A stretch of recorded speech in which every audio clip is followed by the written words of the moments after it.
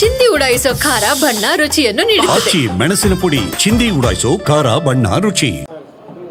Smart meter ಅಳವಡಿಕೆದು ಕಾನೂನು ಬಾಹಿರಾಗಿದೆ tender ಪ್ರಕ್ರಿಯೆ ಅಂತೇಳಿ ಕೋರ್ಟ್ ಇದು ಮಾಡಿದೆ. ಜನಪ್ರತಿನಿಧಿಗಳೇ ಎಫ್ಐಆರ್ ಹಾಕೋದಕ್ಕೆ ನೋಡಿ, ಅದು ಯಾರೋ ನನಗೆ ಆರ್ಡ್ರ್ ಇದ್ರೆ ಕೊಡ್ತೀರಾ? ಅಲ್ಲ, ಪೇಪರಲ್ಲಿ ಯಾವ ನಿಮ್ಮ ಪೇಪರಲ್ಲಿ ಬಂದಿದೆಯಾ? ನಿನ್ನೆ ಜನಪ್ರತಿನಿಧಿ ನ್ಯಾಯಾಲಯದಿಂದ ಆರ್ಡರ್ ಆಗಿದೆ. ಸಿರಿ, ನನಗೆ ಆ ಆರ್ಡ್ರು ನಾನು ನೋಡಲಿಲ್ಲ. ದಯವಿಟ್ಟು ಯಾವುದಾದ್ರು ಪೇಪರ್ ಇದ್ದರೆ ಅದನ್ನು ಕೊಡಿ ನನಗೆ. ಅದು ಕೊಟ್ಟ ಮೇಲೆ ನಾನು ನೋಡ್ತೀನಿ. ನನಗೆ ಗೊತ್ತಿರೋ ಹಾಗೆ ವಾಪಸ್ ಬರುವ ಕೊಡಿ. ಕೊಟ್ಟ ಮೇಲೆ ನಾನು ಈಗಾಗಲೇ ಹೇಳಿದ್ದೀನಿ, ಈಗಾಗಲೇ ನಮ್ಮ ಡಾಕ್ಟರ್ ಅಶ್ವಥ್ ನಾರಾಯಣ ಅವರು ಮತ್ತು ಅವರ ಒಂದು ಗ್ರೂಪ್ ಇದೆ, ಒಬ್ಬರೇ ಲಾಯರ್. ಅವ್ರು ಎಲ್ಲೆಲ್ಲ ಹೋಗಿದ್ದಾರೆ ಗೊತ್ತು ನಿಮಗೆ.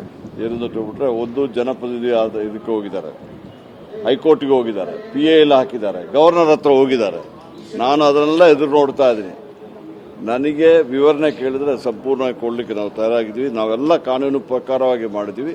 ಈಗ ಕಾನೂನು ಪ್ರಕಾರವಾಗಿ ಅದನ್ನು ಎದುರಿಸ್ತೀವಿ ಹೊರತು ಸುಮ್ಮನೆ ಹಿಟ್ ಆ್ಯಂಡ್ ರನ್ ಯಾಕೆ ಮಾಡ್ತಾರೆ? ನಾವು ಅವರು ಅದನ್ನು ಅವ್ರಿಗೇನು ದಾಖಲೆ ಇದೆ ಆ ಕೋರ್ಟ್ಗಳಲ್ಲಿ ಸಬ್ಮಿಟ್ ಮಾಡಿ, ನಮ್ಮ ಲಾಯರ್ಗಳು ನಮ್ಮ ಪರವಾಗಿ ಆರ್ಗ್ಯೂ ಮಾಡ್ತಾರೆ. ಕೋರ್ಟ್ದು ಅಂತಿಮ ತೀರ್ಮಾನ ಬಂದ ಮೇಲೆ ಅದಕ್ಕೆ ನಾನು ತಲೆಬಾಗಲಿಕ್ಕೆ ತಯಾರಾಗಿದೆ.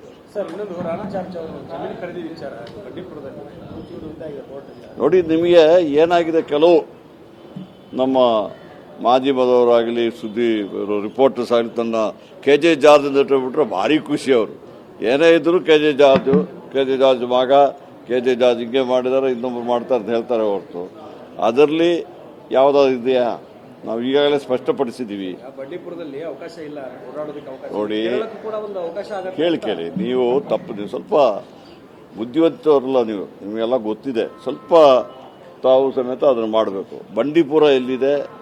ನಮಗೆ ನಮ್ಮ ಮಗನಿಗೆ ಅಲ್ಲಿ ಒಂದು ಲ್ಯಾಂಡ್ ಇದೆ, ಅದು ಫಾರೆಸ್ಟ್ ಒಳಗಡೆ ಇದೆ, ನುಗ್ಗು ಫಾರೆಸ್ಟ್ ಒಳಗಡೆ, ಬಂಡೀಪುರದಲ್ಲಿ ಅಲ್ಲ.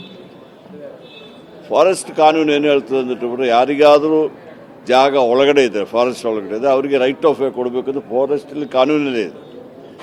ನೋಡಿ, ಅವರೇನು ಮಾಡಿದ್ರು, ನಾನು ಮಂತ್ರಿ ಮತ್ತು ಏನಾದರೂ ನಮ್ಮ ಸರ್ಕಾರದಿಂದಲೇ ಆದೇಶ ಮಾಡಿದ್ರೆ ಅವ್ರು ಕೋರ್ಟಿಗೆ ಹೋಗಿದ್ದಾರೆ, ಕೋರ್ಟಿಗೆ ಆದೇಶ ಕೊಟ್ಟಿದ್ದಾರೆ. ಆ ಕೋರ್ಟ್ ಆದೇಶ ಪ್ರಕಾರ ನಾವು ಮಾಡ್ತೀವಿ ಅಷ್ಟೇ.